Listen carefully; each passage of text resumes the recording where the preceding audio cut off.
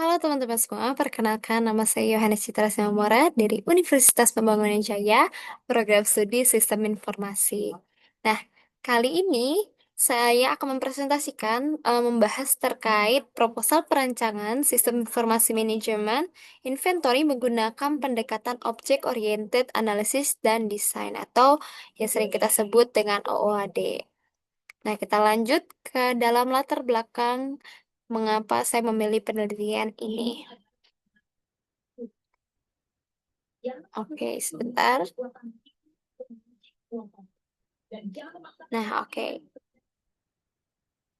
Latar belakang dari dibuat penelitian ini karena pengelolaan inventory ini sangatlah krusial. Namun, masih banyak nih organisasi yang menggunakan pencatatan manual. Hal ini tuh nimbulin kesalahan pencatatan, keterlambatan laporan, dan data stok yang tidak akurat, sehingga menyulitkan pengambilan keputusan. Nah, untuk mengatasi masalah tersebut, dibutuhkan sistem informasi berbasis teknologi informasi eh, dengan menggunakan pendekatan OAD karena mampu memodelkan sistem menjadi objek-objek yang modular dan juga mudah untuk dikembangkan. Nah, selanjutnya kita lanjut ke dalam tujuan penelitian. Nah, di sini tujuan utama penelitian ini adalah merancang sistem inventory yang efisien, akurat, real time, serta menggunakan pendekatan OOAD. Nah, selanjutnya di sini ada rumusan masalah. Oke, penelitian ini akan berfokus pada dua rumusan masalah utama, yaitu terkait dengan efisiensi sistem inventory dan juga penerapan OAD dalam perancangannya. Oke, kita langsung masuk ke dalam bab 2 landasan teori. Nah, di sini ada konsep dasar perancangan sistem informasi.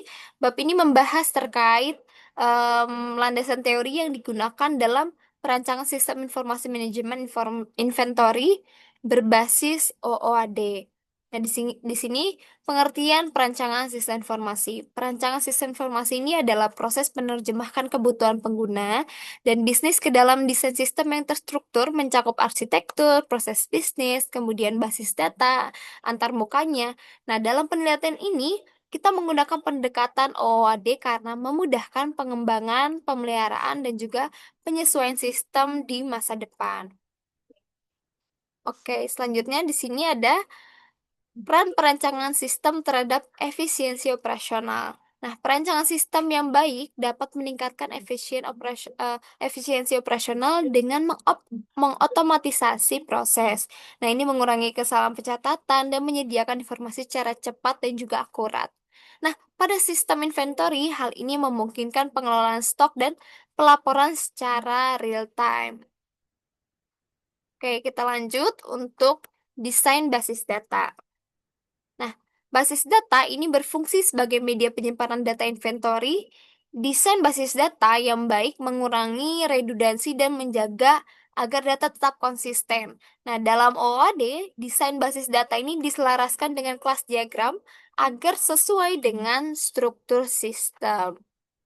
Oke, selanjutnya kita lanjut ke manajemen inventory dalam pendekatan OOAD.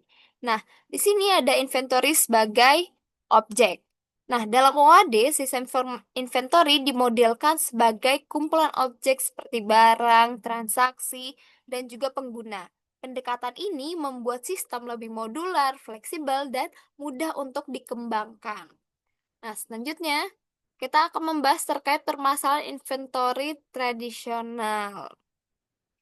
Nah, sistem inventory tradisional sering nimbulin masalah seperti adanya duplikasi data dan juga keterlambatan laporan. Pendekatan secara OAD ngebantu nih untuk ngatasin masalah tersebut melalui pemodelan objek yang terintegrasi dan juga lebih terstruktur. Nah, oke, selanjutnya kita akan membahas terkait proses inventory sebagai interaksi objek. Nah, proses inventory itu dimodelkan sebagai interaksi antar objek menggunakan activity diagram dan juga sequence diagram sehingga alur sistemnya ini lebih mudah dipahami dan juga mudah dijalankan sebelum benar-benar untuk diimplementasikan. Nah, selanjutnya ini alat yang digunakan dalam pendekatan OAD. Nah, yang pertama di subbab pertama dokumentasi dan analisis kebutuhan. Dokumentasi kebutuhan dilakukan melalui requirement gathering dokumen, dan user persona untuk memastikan sistem sesuai dengan kebutuhan pengguna. Nah, seperti ini, salah satu contoh requirement gathering dokumennya ada secara functional requirement-nya dan non-functionalnya. Nah, oke. Pada sistem kita terapkan seperti ini, kemudian di bawah ada juga nih untuk user personanya. Nah, di sini adalah para pengguna yang akan menggunakan sistem secara langsung. Nah, selanjutnya BPMN digunakan untuk memodelkan alur proses bisnis sebelum diterjemahkan ke dalam desain sistemnya. Nah, sistem kami seperti ini kurang lebihnya digambarkan secara kasarnya seperti ini. Nah, oke, selanjutnya kita masuk alat pemodelan diagram. Nah, pertama di sini ada DFD. Ini digunakan untuk menggambarkan alur data sistem secara logis. Nah, di sini ada beberapa tahapan mulai dari DFD level 0, level 1, kemudian beberapa proses di dalamnya seperti itu. Nah, di sini juga kami menjelaskan beberapa proses dan juga level-levelnya. Di sini ada level 0 dan level 1. Nah, sedangkan nih kita menggunakan diagram UML seperti use case, kemudian activity, sequence, dan juga kelas diagram digunakan untuk memodelkan fungsi, alur aktivitas, interaksi, dan juga struktur sistem inventory. Nah, di sini ada deskripsi dari use case-nya. Di atas tadi ada use case-nya, diagram use case-nya. Ini adalah aktivitas yang dilakukan oleh para aktor. Oke, di sini ada secara rincinya, deskripsinya. Oke, seperti ini kurang lebih. Nah, kemudian di sini ada activity diagramnya juga. Selanjutnya ada sequence diagram seperti berikut. Nah, selanjutnya juga dibuat juga kelas diagram seperti ini, dan juga di sini ada relasinya antar kelas. Nah, kemudian juga ada flowchart-nya. Oke, selanjutnya kita akan membahas terkait metodologi prototyping model. Nah, metodologi prototyping ini digunakan karena memungkinkan pembuatan prototipe awal yang dapat langsung nih untuk dievaluasi oleh pengguna. Pendekatan ini cocok banget dengan metode OOAD karena mendukung pengembangan sistem secara bertahap dan juga interaktif. Oke, nah selanjutnya kita masuk ke dalam tahapan metode prototype. Nah, tahapan metode prototype dimulai dari identifikasi kebutuhan, pembuatan prototype, kemudian evaluasi oleh pengguna, hingga penyempurnaan desain sistem secara final. Nah, dengan metode ini, sistem yang dirancang itu lebih sesuai dengan kebutuhan penggunanya. Nah, next kita lanjut ke metodologi penelitian. Oke, nah kita masuk ke lokasi dan juga waktu penelitian. Nah, penelitian ini dilaksanakan di program studi sistem informasi Universitas Pembangunan Jaya. Lokasi ini dipilih karena mendukung kegiatan analisis dan perencanaan sistem informasi, khususnya untuk inventory berbasis OAD. Nah, penelitian ini dilakukan mulai dari Desember 2025 melalui beberapa tahap, mulai dari pengumpulan kebutuhan, studi literatur, perencanaan prototipe, hingga sampai dengan penyusunan laporan ini. Oke, kita masuk ke dalam teknik pengumpulan data.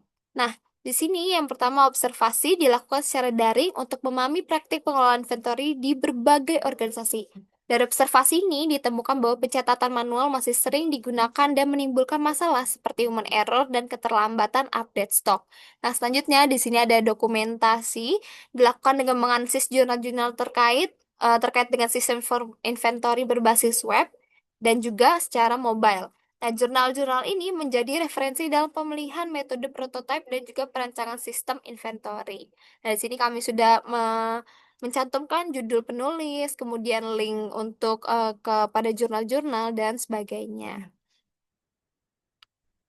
Nah, selanjutnya ada studi pustaka dilakukan melalui buku dan juga jurnal ilmiah untuk memperkuat landasan teori sistem informasi manajemen inventory dan juga pendekatan OOAD. Nah, kita masuk ke metodologi penelitian prototype. Metode prototype ini digunakan dengan membuat rancangan antarmuka mobile sebagai gambaran awal sistem inventory. Metode ini itu bertujuan untuk memudahkan pengguna memahami alur sistem sebelum dikembangkan lebih lanjut lagi.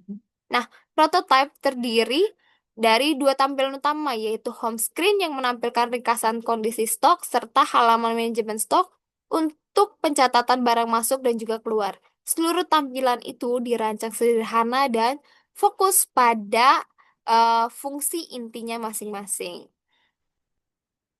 Seperti ini. Nah, selanjutnya kita masuk ke tahapan penggunaan metode prototype dalam penelitian. Nah, tahapan metode prototype dimulai dari identifikasi kebutuhan, perancangan prototipe awal, kemudian evaluasi, kemudian penyempurnaan, hingga perancangan sistem final. Tahapan ini memastikan bahwa desain sistem sesuai dengan kebutuhan pengguna dan juga untuk prinsip OOAD. Nah, seperti yang tadi saya sebutkan, tahapannya ada identifikasi, perancangan, evaluasi, penyempurnaan, dan juga perancangan sistem finalnya. Kita masuk ke dalam bab 4 untuk hasil dan pembahasan. Nah, untuk hasil dan pembahasannya, nih yang pertama hasil pembahasan metodologi. Hasil observasi nunjukin bahwa pencatatan inventory manual masih nimbulin banyak banget kendala. Nah, dokumentasi dan studi pustaka memperkuat kebutuhan akan sistem inventory digital yang sederhana namun terstruktur. Berdasarkan metode yang digunakan, penelitian ini menghasilkan prototipe aplikasi mobile inventory yang menggambarkan alur pencatatan stok dan juga transaksi yang masuk serta yang keluar. Nah, selanjutnya menjawab dan membahas rumusan masalah yang pertama nih. Rumusan masalah pertama terkait dengan perancangan sistem inventory yang lebih efisien dibanding metode manual. Prototipe yang dihasilkan menyediakan dashboard ringkas, fitur pencatatan barang masuk dan keluar, serta recent activity-nya. Nah, dengan fitur tersebut, proses pencatatan jadi lebih cepat, data lebih terstruktur, dan riwayat transaksi eh, lebih mudah untuk ditelusuri. Hal ini ngebuktiin bahwa sistem yang dirancang ini mampu untuk meningkatkan efisiensi pengelolaan inventory. Seperti itu. Nah, selanjutnya untuk membahas rumusan masalah kedua terkait penerapan OAD, pendekatan OAD ini diterapkan melalui identifikasi objek utama seperti barang, transaksi, dan juga user, serta pemisahan sistem dalam modul-modul yang jelas. Nah, pendekatan ini menghasilkan sistem yang modular, mudah dipelihara, dan siap untuk dikembangkan, meskipun penelitian ini masih berada pada tahap perancangan prototipe. Seperti itu. Oke, next kita masuk ke dalam bab 5, kesimpulan dan juga saran.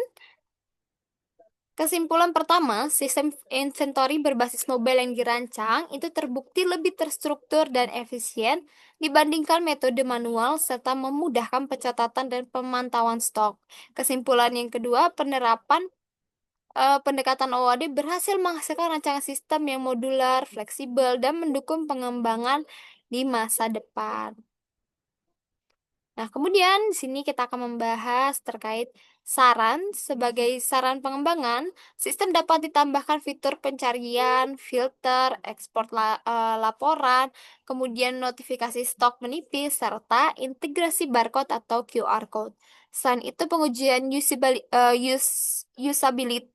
usability langsung kepada pengguna dan implementasi WAD secara penuh sangat disarankan. Nah, ini adalah daftar pustaka yang dapat teman-teman kunjungi untuk melihat jurnal-jurnal yang menjadi referensi kami. Mungkin sekian dari aku. Teman-teman dapat melihat videoku yang lain. Terima kasih dan mohon maaf apabila ada salah-salah kata. Sekian. Terima kasih. Bye-bye.